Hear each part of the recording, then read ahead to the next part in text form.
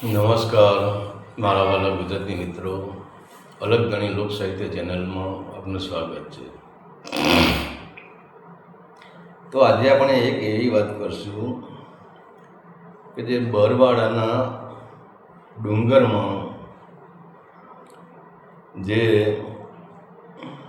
ઉતાવળી જે નદી એની જોડે એક ગામ આવેલું છે, વાઢેડા ગામ. અને આ ગામની અંદર રહે છે જે બારી હશે એ છે બાવલ બારૈયા. એનું નામ બાવલ બારૈયા છે. પણ હવે આ બાવલ બારૈયાને કસાઈ એટલે કે જે ગાયો લઈ જવાવાળા માણસો એમની સાથે યુદ્ધ થાય છે. પણ તો હવે વિચાર તો કરો કે આ જ ગામની અંદર, આ વાઢેડા ગામની અંદર એક સિપાઈ રહે છે. સિપાઈ જાતે મુસ્લિમ છે અને એમની પત્નીનું નામ નૂરીબેન છે, નૂરુબાઈ છે. હવે આ નૂરુબાઈ પોતે, આ સિપાઈ પોતે મુસ્લિમ છે, નૂરુબાઈ પોતે મુસ્લિમ છે. પણ જે આ બાવલ જે બારૈયા છે એક ક્ષત્રિય છે અને એને આ મુસ્લિમની દીકરીને એટલે સિપાઈની પત્નીને પોતાની બેન માનેલી છે. અને કહેવાય છે કે જ્યારે આ કસાઈ લોકો ગાયો લઈને જતા હોય છે એ ટાઈમે કહેવાય છે કે બાવલ બારૈયાનું જે યુદ્ધમાં એના ધીંગાણામાં મૃત્યુ થાય છે. તો હવે એક બાજુ પોતાના પતિનું મૃત્યુ થાય છે અને એક બાજુ બાવલ બારૈયાનું મૃત્યુ થાય છે.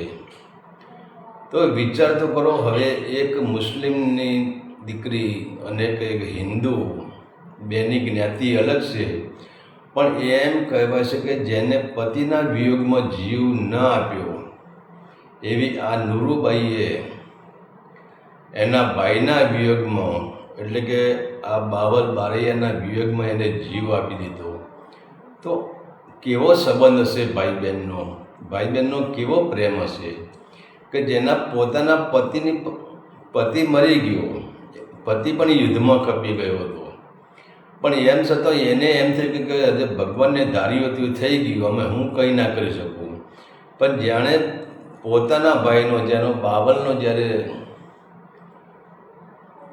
યુદ્ધમાં ખપી ગયો ત્યારે એવા પોતાની બેને પોતાના ભાઈના માટે જીવ આપી દીધો. તો હવે કહેવાય છે કે આ ગામના પાદરમાં આ ઉતાવળી નદી અને વાઢેડા ગામમાં જે ગામના પાદરમાં એવો સમય બન્યો છે, ઉનાળાની ગરમી છે. અને ગરમીની અંદર પણ તમે જુઓ, બધા માણસો પોતપોતાના પશુ પંખી પણ પોતપોતાના માળામાં સંતાઈ ગયા છે. લોકો પણ ગરમીથી બચવા ત્યાં પોતપોતાના ઘરમાં સંતાઈ ગયા છે, પોતપોતાના ઘરમાં સહારો લઈ લીધો છે. અને આવી કાળઝાળ ગરમીમાં એ જ ગામની જે ગાયો છે, જે ગામના ગોંદરે ચરતી હતી, અને આવી તકનો લાભ લઈને જે કસાઈ લોકો છે, હવે એ 9 કસાઈ લોકો 9 ઘોડા લઈને આવી ગયા છે અને ગાયોને અહીંયા ગામના ગોંદરેથી ગાયોને લઈ જાય છે. ત્યારે પછી કહેવાય છે કે જે આ ચરતી ગાયોને લઈને જાય છે અને ચાલતા થાય છે. તો હવે આ જે ગામના સિપાઈ છે, હવે આ સિપાઈને તો ઘણા ગામમાં રખડવું પડે. એક ગામના સિપાઈને એમને 5-5, 7-7 ગામ આપેલા હોય છે. ત્યારે આ સિપાઈ છે એ બીજા ગામમાં ગયેલા હોય છે ને પાછા એ વાઢેડા ગામમાં પોતે વાઢેડા ગામમાં રહેતા ત્યાં પાછા આવતા હોય છે. અને રસ્તામાં જુએ છે તો આ કસાઈ લોકો છે એ લોકો ગાયોને લઈને જતા હોય છે. તો હવે સિપાઈના જોડે પાસેથી બીજે કંઈ હોતું નથી, ખાલી ગરમીની ઋતુ છે એટલે સિપાઈના પાસે એક ત્રાંબાનો મોટો લોટો હોય છે, ત્રાંબાનો ઘડો હોય છે અને હાથમાં કંઈ લાકડી જેવું હોય છે. અને એ ઘડો પાણી પીવા માટે જ રાખતા હોય છે. રસ્તામાં ક્યાંક તરસ લાગે તો ત્રાંબાના લોટાથી પાણી પીવા થાય, એને દોરી બાંધેલી હોય છે. તો સિપાઈ તો પોતાના ઘર તરફ આવતા પણ જુએ છે તો ગાયોને લઈને કસાઈ લોકો જતા ત્યાં સિપાઈ રોકે છે કે એટલે ભાઈ તમે આ ગાયોને લઈને ક્યાં જાઓ છો? અને જ્યારે સિપાઈ પોતાના ગામની ગાયો જુએ છે ત્યારે ગાયોને ઓળખી જાય છે કે આ ગાયો મારા ગામની જ ગાયો છે. પછી આડા ફરી વળે છે અને ત્યારે પછી તમે ગાયોને લઈને ક્યાં તમે કતલખાને જાઓ છો, તમે આમ કરો છો, તેમ કરો, તમે પાપી છો ને તમે ઘણું બધું આ લોકો કસાઈઓને આ લોકો સિપાઈ કહે છે. ત્યારે કસાઈ કહે છે કે અહીંથી તું હાલતી ન થઈ જા, તારે જીવવું હોય તો હાલતી ન થઈ જા, નહીંતર જોઈશ કે અમારી પાસે તલવારો છે, અમે તને કાપી નાખશું, અમે તને મારી નાખશું, આવી ધમકી આપે છે. અને નકામો તું અમારી હાથે તું રોડાઈ જઈશ, નકામો તું અમારી હાથે કૂટાઈ જઈશ, માટે તું અહીંયાથી હાલતો થઈ જા, અમને અમારું કામ કરવા દે, તું તારું કામ કર. પણ ત્યારે કહે છે કે આ સિપાઈ અને એ માનતા નથી અમને કહેવું. અને સિપાહીના હાથે જે લોટો હતો, જે દોરી બાંધી, તે દોરી જેમ આપણે ગોફાણી વીંઝોડે છે લોટો. અને ત્યાં પછી કહે છે કસાઈના એક માથામાં લોટો આવ્યો છે ને માથામાંથી લોહીની ધાર થવા માંડી છે. અને ત્યારે પછી કસાઈ કીધું નક્કી આ સિપાઈ કંઈક અવળું કરવાવાળો થયા છે. ત્યારે હવે વિચાર કરો, એ સિપાઈ એ કસાઈ છે, એ સિપાઈના હાથ બંને હાથ કાપી નાખે છે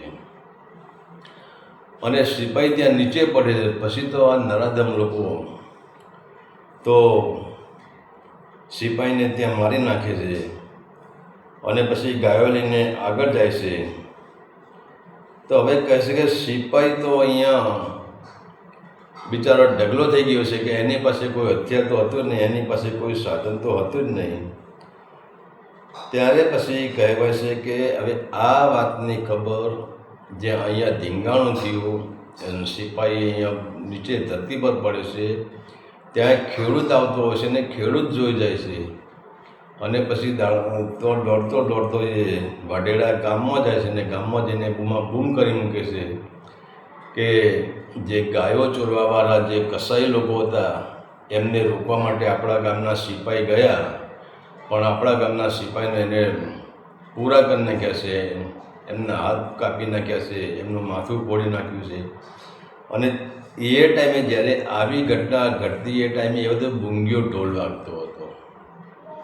પણ હવે વિચાર કરો, આ બાજુ સિપાઈ બહાર ગામ ગયા છે, સિપાઈ હજુ ઘરે આવ્યા નથી. તો એમની પત્ની જે નુરુબાઈ હતા એ કહેતા કે જે બાજુમાં એમના ગામની બાજુમાં જે ઉગતાવાળી નદી હતી એ નદીના અંદર સ્નાન કરવા ગયા છે, કપડો ધોવા, એમની પત્ની કપડો ધોવા ગયા છે.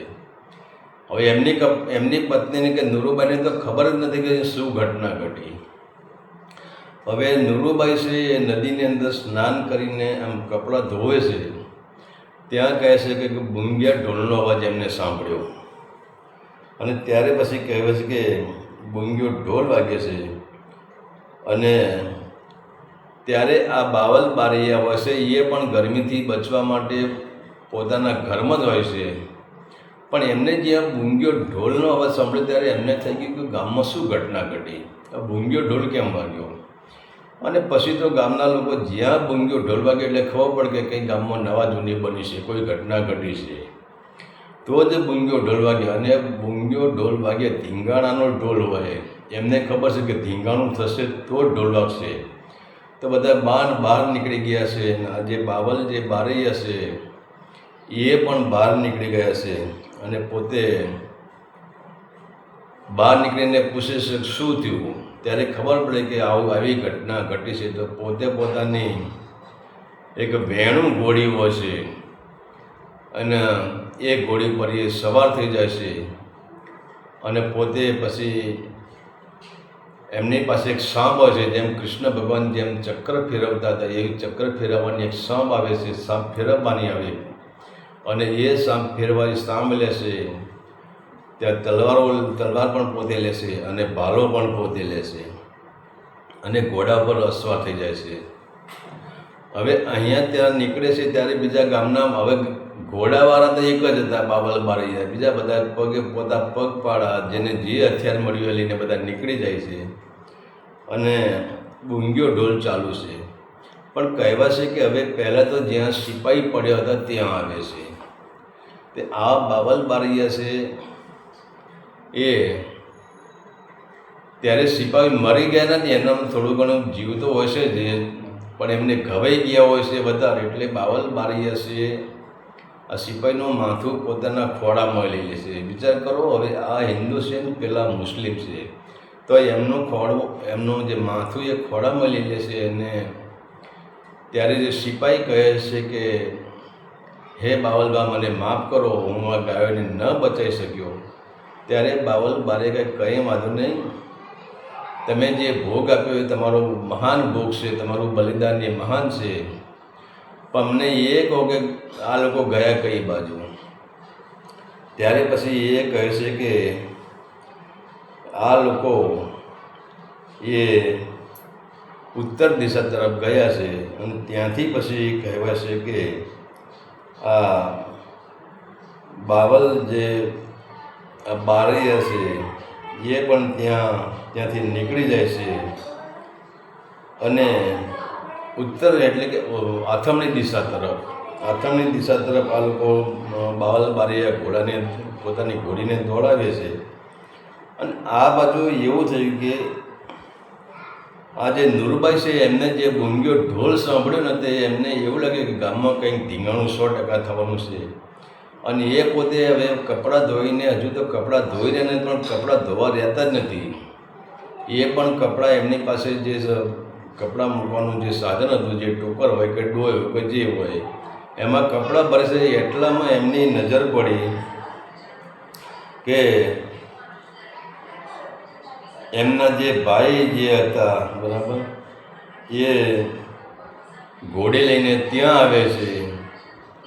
અને તે નદીએ થઈને જવાનો રસ્તો હશે કે નદીએ આ બાવલ છે એ નદી આવે છે. અને ઉતાવળી નદીએ જ્યાં આવે છે ત્યાં આ નુરબાઈ છે એ પોતાના ભાઈને એટલે કે બાવલ બારૈયાને જુએ છે. તો કે મારો ભાઈ અત્યારે ક્યાં ઘોડે ચડ્યો છે, અને ઘોડાની લગામ પકડે છે. અને લગામ પકડીને કહે છે કે હે મારા વીરા, અટાણે ક્યાં તમે જાઓ છો? હવે આ નુરબાઈને તો કંઈ ખબર, કોઈ ઘટનાનો ખ્યાલ જ હોતો નથી કે શું બની ગયું. ત્યારે હવે આ બાવલ બારૈયા છે એ પોતાની બેન એટલે નુરબાઈ એટલે કે મુસ્લિમ જે છે એને કહે છે કે મારી બેન, આવી ઘટના ઘટી ગઈ છે. અને આ જે કસાઈ લોકો હતા એ ગાયો લઈને હાલી નીકળ્યા છે. ત્યારે હવે આ બાવલ બારૈયા પોતે કહે છે કે હવે અહીંયા જે આ ગાયોને રોકાવા માટે જે ઘમસાણ થયું એમાં તમારા પતિ એટલે કે જે સિપાહી હતા એના આવા હાલ કરે છે ને એ મૃત્યુદંડ પામ્યા છે. તો હવે વિચાર તો કરો, આ નુરબાઈ એક પોતાના પતિને હજુ ઘવાઈ ગયા છે, યુદ્ધમાં કામ લાગી જશે, ધીંગાણામાં કામ લાગી જશે, તો એ કહે છે કે વાહ સિપાહી વાહ, ધન્ય છે તમારી મર્દાનગીને. આજે તમે ધર્મના પંથે ચાલ્યા છો ને તમે ધર્મ માટે તમે જે બલિદાન આપ્યું એના પર હું રાજી થઈ ગઈ છું, હું ખુશ છું કે આજે મારા પતિનો જે દેહ હતો ધર્મના કામે, એક ગાયોના માટે કામ આવી ગયો. અને ત્યારે પછી હવે આ નુરબાઈ છે એ બાવલને કહે છે કે મારા વીરા, હવે જે થવાનું થઈ ગયું, હવે આપણે એક જીવ ખોયો છે, હવે મારે તમારો જીવ ખોવો નથી, હવે આપણે ગાયોને જવા દો.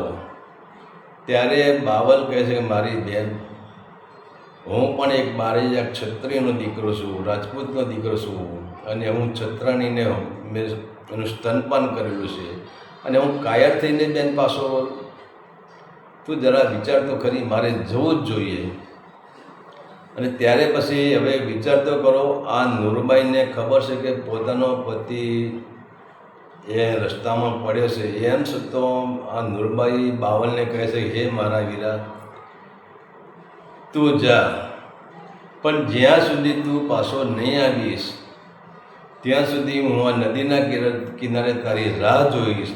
અને મારા વીરા તું જલ્દી પાછો આવજે, અને તારી બહેનના આશીર્વાદ છે, તારી આપણી કુળદેવીના, આપણી માતાજીના આશીર્વાદ તારી પાસે છે, તું જા. ત્યારે પછી હવે કહે છે કે બેન તારા સુહાગને બચાવી જતાં જે બાવલ જે બારૈયા કહે છે કે બેન મને માફ કરી દે, હું ઘરે તો ના યુદ્ધ થઈ ગયું, હું ઘરે તો ધીંગાણું થઈ ગયું, તારા સુહાગને હું ના બચાવી શક્યો. પણ તેમ કરતાં પણ આ નૂરબાઈ કહે છે કે મારા વીરા તું ચિંતા કરીશમાં, તું ધર્મનું કામ કર.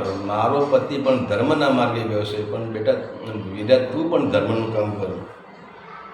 અને કહે છે કે ત્યાં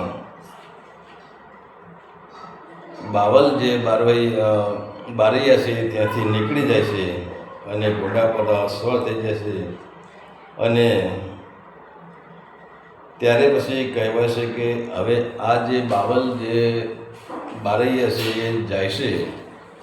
તો પછી ત્યારે કહેવાય છે કે મંગલપુરના માર્ગમાં એક ધજાવાળું ખેતર આવે છે.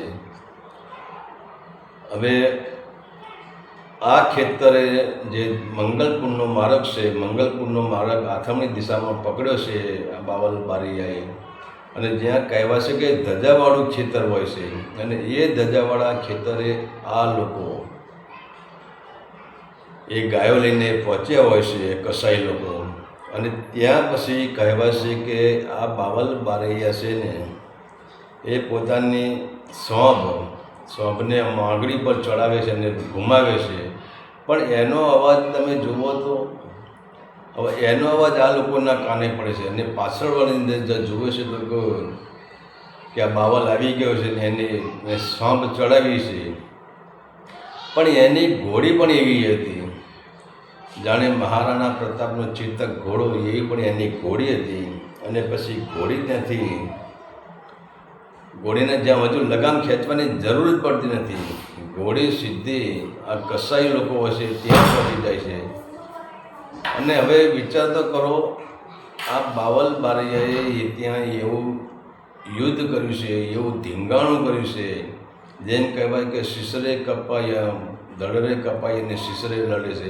અને જેમ આપણે જોઈએ કે ઉનાળું બાજરી, આપણે ચોમાસું બાજરી વાવી હોય અને બાજરી પાકી જાય અને પછી ખેડૂત આમ બાજરી પકડીને દાંતરડાથી કાપે એટલે 10 બાજરી એના હાથમાં આવી જાય.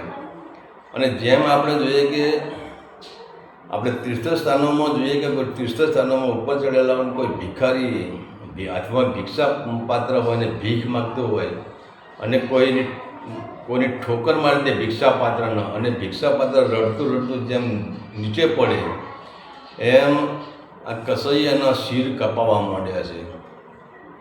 ત્યારે કસાઈઓએ નક્કી કર્યું કે હવે આપણે આને નહીં પહોંચી વળીએ.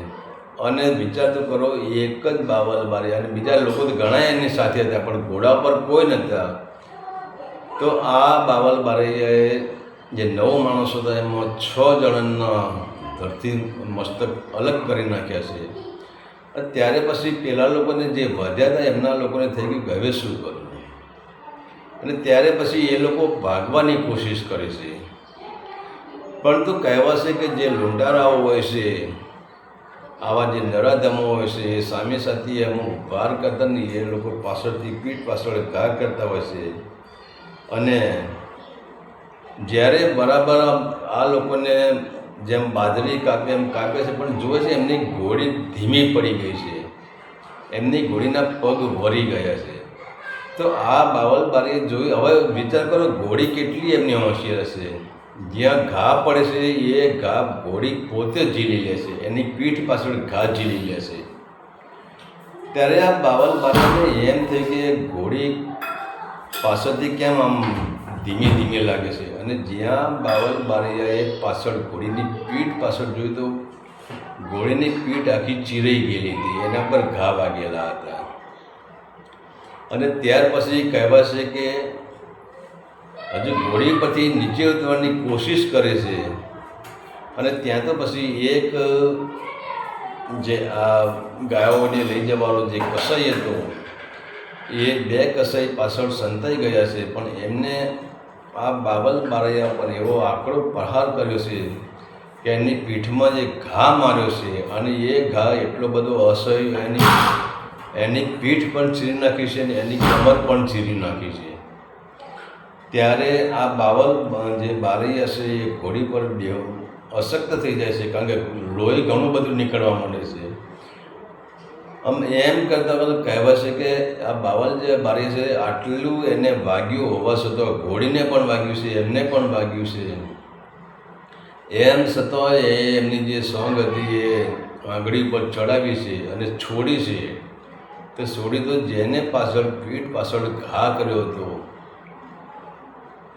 એવા જ કસાઈને એમને ધરતી મસ્તક અલગ કરી નાખ્યું છે. અને પછી ઘોડીને ઘણું બધું લોહી વહી ગયું હશે. ત્યારે આ ભેગી ઘોડીને કહે છે કે હે મારી ભેગી ઘોડી, હે મારી પ્રાણ પ્યારી ઘોડી. અને જો આજે બાવલ બારૈયા ઘોડી ઉપર રડે છે, ઘોડીના નીચે તરવાની એમની તાકાત રહી જ નથી કે એટલું બધું વાગ્યું છે, એટલું બધું ખૂન નીકળી ગયું છે, અશક્ત થઈ ગયા છે. અને ઉપર બેઠા બેઠા ઘોડીના વખાણ કરે છે, ઘોડીની કેસવાડી પકડીને ભરપૂર રુદન કરે છે. હવે ગાયો તો પાછી વારી લીધી, કસાઈઓને મારી જ નાખ્યા. અને એમાં જે 2 કસાઈ જે બચ્યા નવમાંથી એ તો ઘોડા લઈને ત્યાંથી નીકળી ગયા. ગામની ગાયો પાછી આવી ગઈ, બધું બરાબર થઈ ગયું. પણ કહેવાશે કે ગઢ મિલા મગર શેર ચલા ગયા. ગાયો પાછી આવી, પણ એમ કહેવાશે કે આ ગામનો જે શેર હતો, જે બાવલ બારૈયા, એનું ત્યાં છેલ્લા શ્વાસે ઘોડી પર પૂરા થઈ જાય છે. પણ કહેવાશે કે એટલા જે બાવલ છેલ્લે ઘોડી પર બેઠા બેઠા એટલા બધા રડે છે. તે વિચાર કરો એમ કેટલું રડે છે. તે ઘોડીના જે એની કેસવાડી હોય, એના વાળ હશે, એના વાળ આ બાવલ બારૈયાના એની આંખની આંસુથી એના વાળ ભીંજાઈ ગયા છે. એના વાળ એની કેસવાડીમાંથી આંસુના ટપકા પડે છે. તો આ કેટલું રડ્યા છે. અરે ત્યારે ઘોડી એમને પ્રાણથી પણ પ્યારી હતી. અને એમ કહ્યું છે કે ત્યારે પછી એમના ગામના તો ઘણા બધા માણસો હતા. પછી તો એમના જે કુટુંબના બીજા માણસો ઘરે હતા, એમના 2 દીકરા હતા. એમના જે 2 દીકરા હોય એ પણ ત્યાં આવી જાય છે. અને આવીને પછી પહેલાં સીધા ત્યાં જ જાય છે, પોતાના બાપુજી પાસે જાય છે. અને પોતાના બાપુજીની આ હાલત જુએ છે. ત્યારે પછી કહેવાય છે કે ઘોડીને આપણે ઘરે લઈ લઈએ, કારણ કે કેમ કે ઘોડી પણ અશક્ત થઈ ગઈ હતી. એમના જે બાવલ બારી એ પોતે અશક્ત થઈ ગયા હતા. પણ આમને એક ખેડૂત હતો, એમને આમના જે આ બાવલ જે બારી હશે એમના દીકરાને વાત કરી કે તમે જેને ફઈબા કહો છો એ તમારા બાપુજીની બેન એટલે બાવલની બેન નૂરબાઈ, એ પણ એમના ભાઈની રાહ જોઈને નદી કિનારે બેસી રહ્યા છે. ત્યારે હવે વિચાર તો કરો કે આ બાવલ છે એ હિન્દુ છે, આ નૂરબાઈ છે એ મુસ્લિમ છે. અને આ 2 દીકરા જે ફઈબા કહે છે એમને, એ પણ હિન્દુના દીકરા છે, એ બાવલના દીકરા છે. ત્યારે પછી આ બંને દીકરાને થઈ ગયું કે જો ફઈબા મારા બાપુજીની રાહ જોતા છે તો પહેલાં ફઈબા પાસે જવું પડશે. વિચાર કરો, હવે પોતાના બાપને ત્યાં બીજા માણસોને કહે તમે ધીમા આ ઘોડીને લઈને ગામ તરફ આવો, અમે અમારા ફઈબા પાસે જઈએ છીએ. અને ત્યાં આ બંને ભત્રીજા ત્યાં જાય છે. ને ત્યારે આ નૂરબાઈ બંને દીકરાને જુએ છે, પોતાના ભાઈના દીકરાને જુએ છે, એના ભત્રીજાને જુએ છે. ત્યારે બંને ભત્રીજાને ભેટી પડે છે અને કહે, અને હવે ભત્રીજાને પણ મારા દીકરા જ કહેતા હોય છે. ત્યારે કે મારા દીકરા, હે બેટા, મારા ભાઈ ક્યાં છે, તમારા પિતાજી ક્યાં છે? ત્યારે હવે આ બંને દીકરા વિચાર કરે છે કે હવે ફઈની પાસે ફઈબા સાથે ખોટું બોલે છે કે હજુ ત્યાં કણ આરામ કરે છે. ગાયો તો પાછી બધી આવી ગઈ છે, ગાયોને બતાવે છે. પિતાજી ત્યાં આરામ કરે છે. ત્યારે હવે નૂરબાઈ કહે છે મને મારા ભાઈ પાસે લઈ જાઓ. હવે આ દીકરા ત્યારે શું બોલે?